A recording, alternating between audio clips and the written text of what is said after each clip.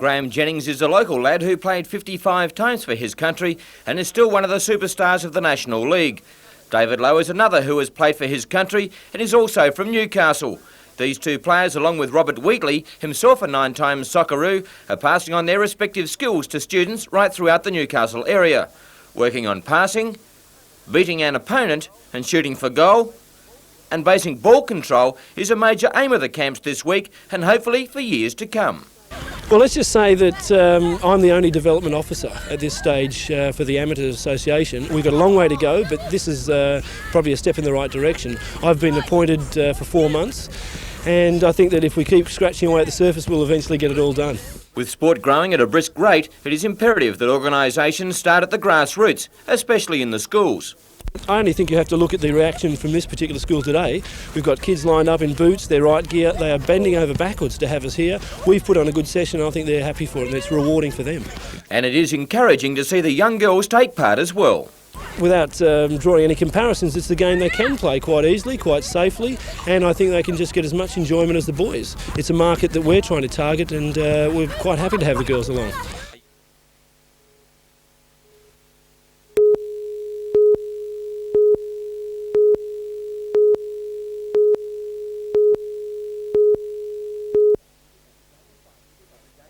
It was a game vital to both clubs.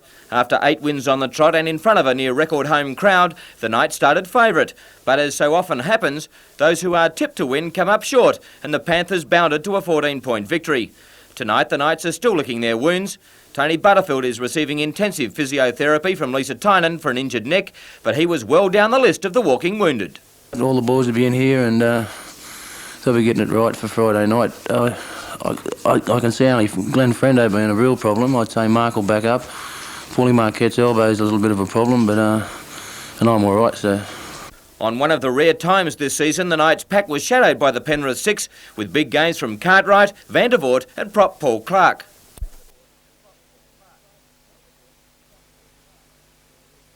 Yeah, well, it definitely wasn't our best performance, and there's a little bit of work to be done, but I'm confident we can get our act together for Parramatta.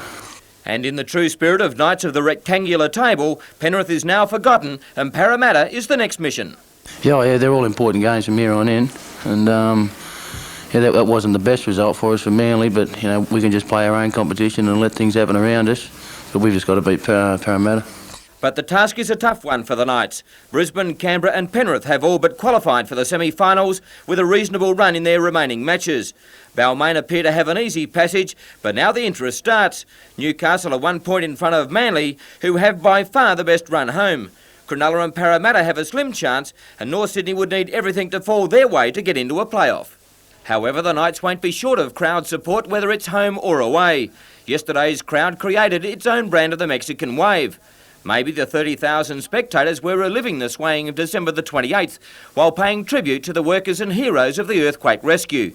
The Capacity House stood to a person and applauded the many volunteers and service organisations who took part in the pre-match parade. The highlight, however, was the arrival of the new Angel 1 rescue helicopter, the $2.4 million Westpac NBN twin-engine bird that hovered metres above the playing surface to acknowledge the wonderful contribution Hunter Valley people have made to provide this life-saving flying machine. And rugby league fans will be pleased to hear that NBN will replay the Parramatta Knights match this Friday night at 10:40.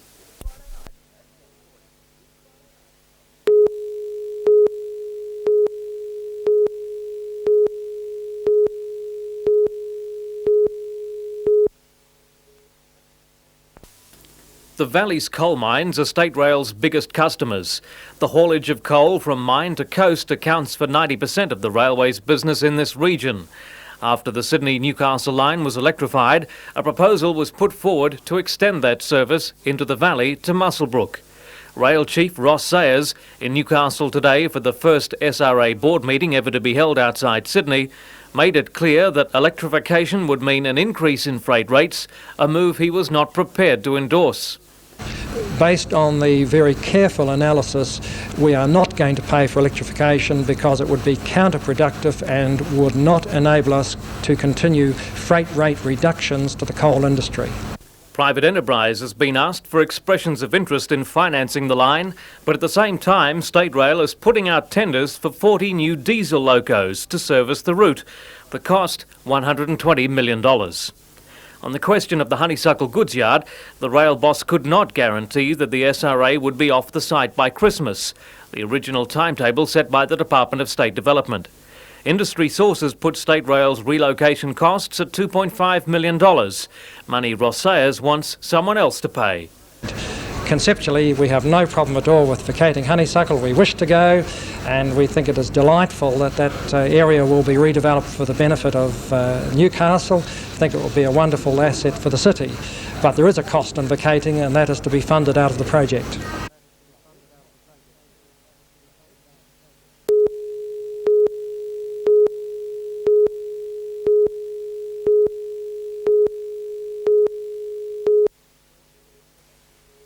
Waiting lists for elective surgery on the Central Coast have increased from 332 patients last November to 2,569 in June, according to Shadow Minister for Health, Dr Andrew Refshoghi. The leaked figures, he says, show that 35% of patients are waiting for more than 6 months for treatment, 2/3 more than the state average. It just means that people here are suffering, and it means that their whole life is being totally destroyed.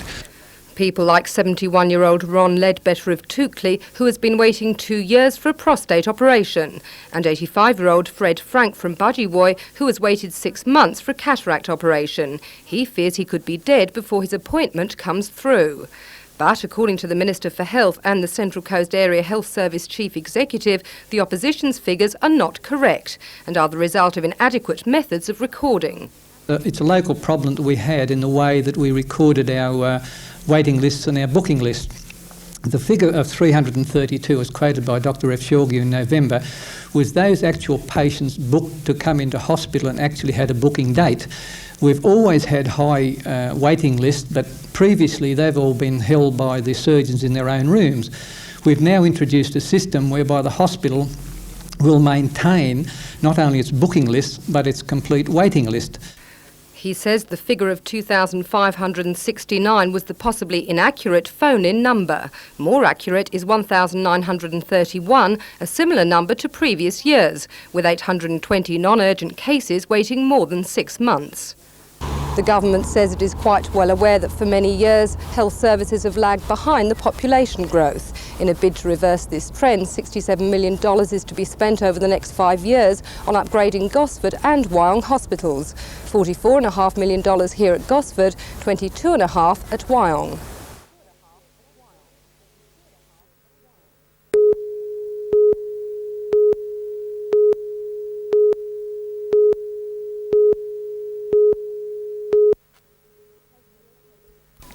Has the earthquake affected the lifestyles of Novocastrians was the tricky topic tackled by debating teams from New Lambton and Adamstown public schools. It's the first competition of its kind to be held in primary schools, but today's debate was as skillfully executed as those of seasoned orators.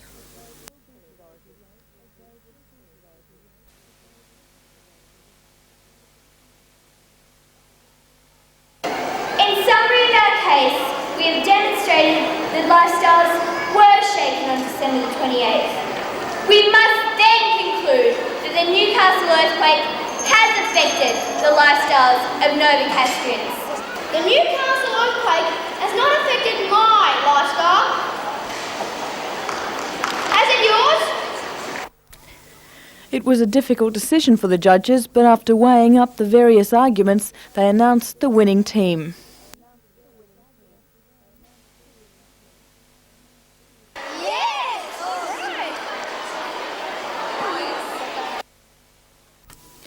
Adamstown Public School meets the St Joseph's team from Charlestown next Friday for the regional final.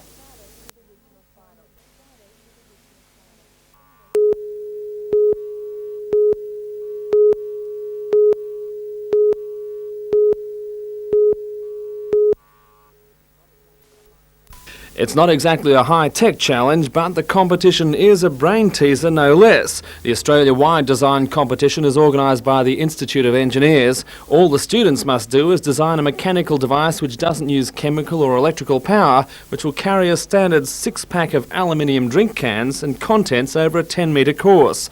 The machine has a 4.5 kilo weight limit, and other conditions on how it gets going led to some novel approaches.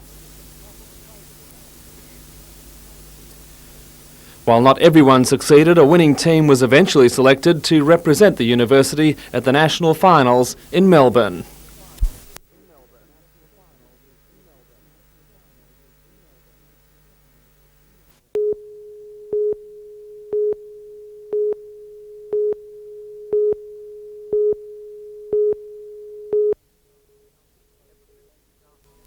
Ever since Newcastle Council closed the J's coach terminal in King Street, interstate travellers have been dumped unceremoniously by the side of the road. Before the earthquake, Hunter Street and Watt Street were the acknowledged set-down and pick-up points. But after the city centre was closed as a result of the quake, coach companies discovered they could cut 15 to 20 minutes off the Sydney to Brisbane trip by staying out of the CBD. Some operators have been using a site in Smart Street, Charlestown. Others have been letting people off in Maitland Road, Mayfield West. No shelter, no toilets, no phones and no taxis. Quite arrogant. If, you know, to put it basically, they're as arrogant as can be. They decided that they'll bypass Newcastle and the people will find their own way the best they possibly can to where they'll pick them up. Newcastle is the 6th city in Australia. It's the 2nd in the state. It is a big market. It's a market that could be developed by the bus companies. They've chosen not to do that. If you want an example of a transport terminal which works, look no further than Brisbane's Roma Street interchange. Built 4 years ago by a private developer, it cost $75 million. The complex was developed on the basis of a 99-year lease from the state government. It's perched over the city's interstate rail line and integrated with coach and taxi terminals. Interstate coaches pay a fee to use the terminal and its purpose-built facilities.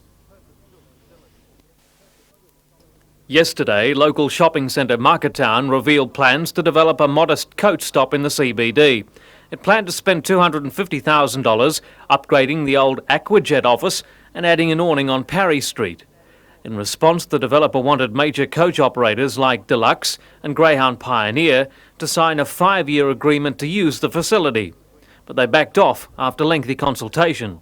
We got to a point where the DA was lodged. The site foreman was just about to be hired to get some of the preliminary work out of the way because we wanted to open it in September. And don't forget that all along we're in constant touch with all of the coach companies who are, or the major players anyway, who are all agreeing to all of this and saying how wonderful it is. And on the day that we were to get this site foreman onto site to start, I had a telephone call from Deluxe and they said exactly that. I'm sorry, Pauline, but we're not going to use your facility. We don't want to come into Newcastle. State member for Newcastle George Keegan says the coach operators are treating the city like a hick country town. Just because one major company decided that they'll pick up people on the periphery of Newcastle, all the rest are doing the same. The attitude that's grown up in the last 12 months, or 18 months over this is, as far as I'm concerned, is the coach industry is being terribly irresponsible as a group. They provide no facilities, no protection, weather protection for people. They certainly don't seem to give a damn about what happens to people when they get off the bus, you know, in the early hours of the morning, but they're old people or young people, what it is. And despite efforts by myself, Newcastle City Council and other people, they just seem to want to ignore it, and something's got to be done about them very quickly. But intercity coach companies say the major business is Sydney to Brisbane, with few passengers wanting to be picked up or set down in Newcastle. They've refused to sign a 5-year agreement to use the terminal, saying it's yet to get full council approval. The manager of Deluxe Coach Lines, Jeff McIntyre, says his company would prefer a stop somewhere in Broadmeadow, such as the railway station. But George Keegan wants the state government to step in saying deregulation in the coach industry has been a failure. An initiative might be taken, a facility might develop, and these blokes are just like to turn around and still want to bypass Newcastle or have people picked up in on the periphery, and it's just not on. They're an unreliable lot to do it with. There's no doubt in the world. Newcastle City Council have practically bent over backwards to please them through the planning areas. I've certainly given it a lot of time, and until such times as they straighten their act up, I don't think that the travelling public can put a great deal of trust in them.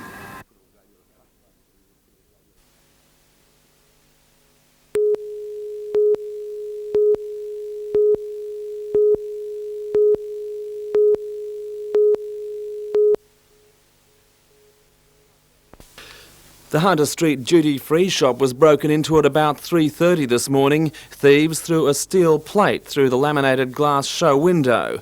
The raid was bungled. The display case was catapulted off the window shelf along with most of the jewellery. However, the culprits did have time to snatch several watches. All carried the Gucci label. One in particular, appearing in this catalogue, would normally retail for about $1,300. The clothing boutique on King Street was hit later in the morning, but at this stage police haven't connected this with the earlier robbery. This time a rock was thrown, taking out most of the window. Once inside, the thieves grabbed anything on the shelves. The proprietors are still trying to calculate the total loss, but they say most of the clothing was new season pullovers and all carried the distinctive Esprit labels. Police say both incidents appear to be the work of amateurs, and they're reluctant to link these robberies with a spate of leather and fashion good thefts throughout the Hunter this winter.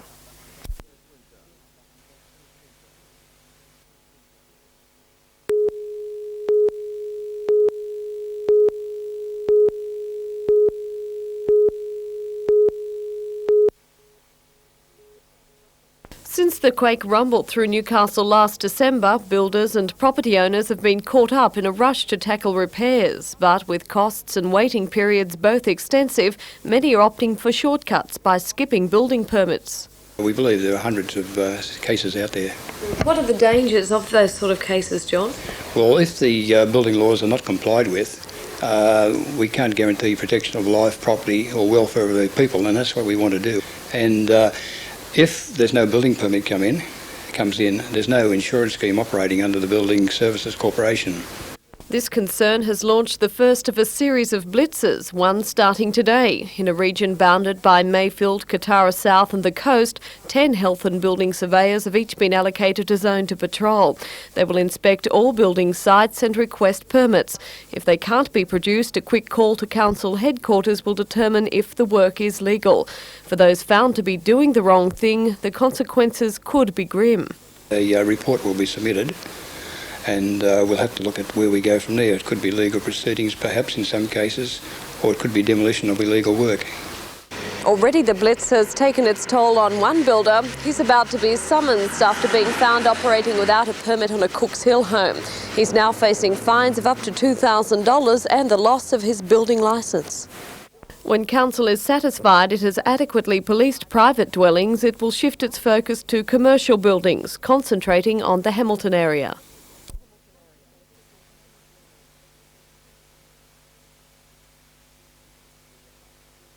The highest sustained winds right now.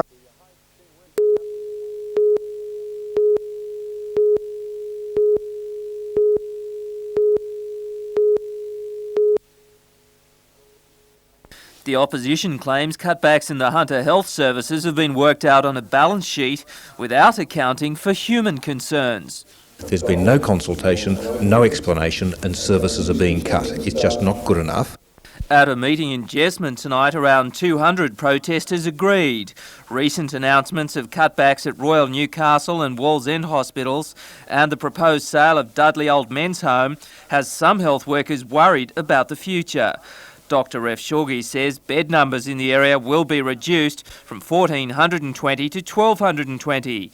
He says while a project like the John Hunter Hospital at Branken Park opening next year will be a great advantage for the area, other hospital services should not suffer. John Hunter's appropriate, but it's not the only thing that the people of the Hunter need. They need a decent and comprehensive healthcare service, not just focused on one major teaching hospital.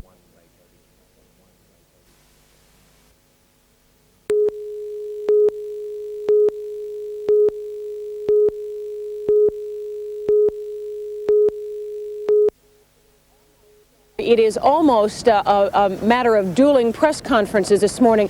President Bush's address has been scheduled for several hours now. We understand President Mubarak in Cairo will weigh in on what he intends to do or not do in the Middle East shortly before President Bush speaks. And Saddam Hussein has announced he will have a major announcement to his country a little more than an hour after President Bush speaks. So within the next 4 or 5 hours, all parties on all sides will be on the record as to what their intentions are. President Bush again wants to be in a position to defend what he and his spokesman yesterday called the vital and strategic interest of the United States in Saudi Arabia.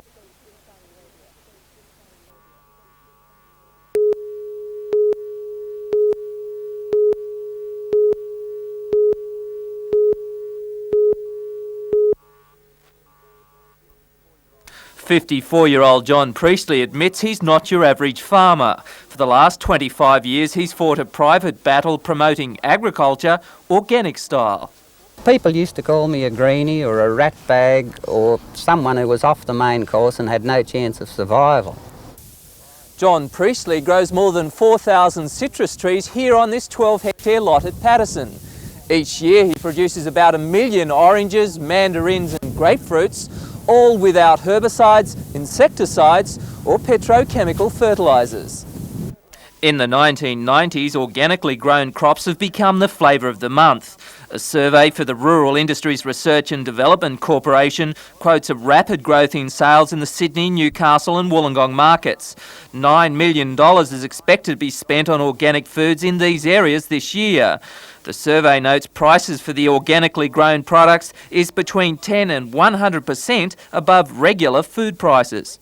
The consumer and the producer are being ripped off. We've had no substantial increase in our product price for years, and yet the consumer is paying a much greater price now than they were, say, 10 years ago. For example, in local markets, organically grown tomatoes are $2 a kilo, ordinary tomatoes $1.39. Organically grown strawberries $4.39 compared to $2.99.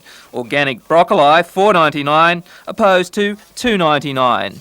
John Priestley says organic farmers can grow crops as cheap, if not cheaper, than traditional farmers, due to the savings on chemicals.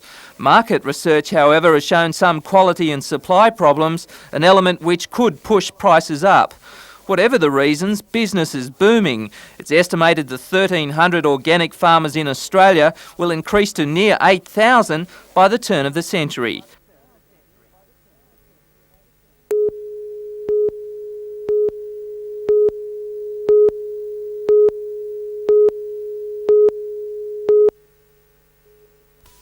Police say the woman was walking on Beaumont Street when a man approached her and forced her into a dark-coloured Holden Kingswood at about 6:45 on Sunday evening. The woman said she believed the man had a concealed pistol and threatened her as he drove her to the Tudor Inn, also in Hamilton. There she was bound and gagged but managed to loosen her bonds enough to use the telephone. Police say her attacker is about 30 to 35 years of age, of solid build with an Italian accent. He has dark collar-length curly hair and a black moustache and beard. At the time he was wearing blue jeans and a blue denim jacket. Anyone with information should call Hamilton Police on 290955.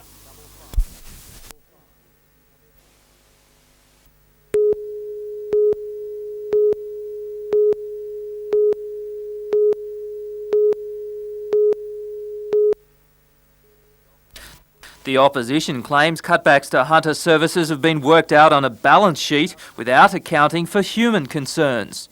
There's been no consultation, no explanation, and services are being cut. It's just not good enough. In a fiery meeting in Jesmond last night, around 200 protesters agreed. Recent announcements such as the cutbacks to Royal Newcastle hospital beds and the proposed sale of Dudley Old Men's Home has some health workers worried. Dr Alan Lewis, chairman of the Medical Staff Council at Wallsend District Hospital, criticised Health Minister Peter Collins for cutbacks to local hospitals. That if these measures that Mr Collins goes through, it can be seen that Wallsend District Hospital has well and truly been shafted. Opposition health spokesman Dr F Shorgy said bed numbers in the area would be slashed from 1,450 to 1,250. The Health Minister's reply was that the Hunter is not being discriminated against. Mr Collins' office noted an additional $15 million for Newcastle for the soon-to-be-finished John Hunter Hospital at Rankin Park. Peter Ryan, NBN News.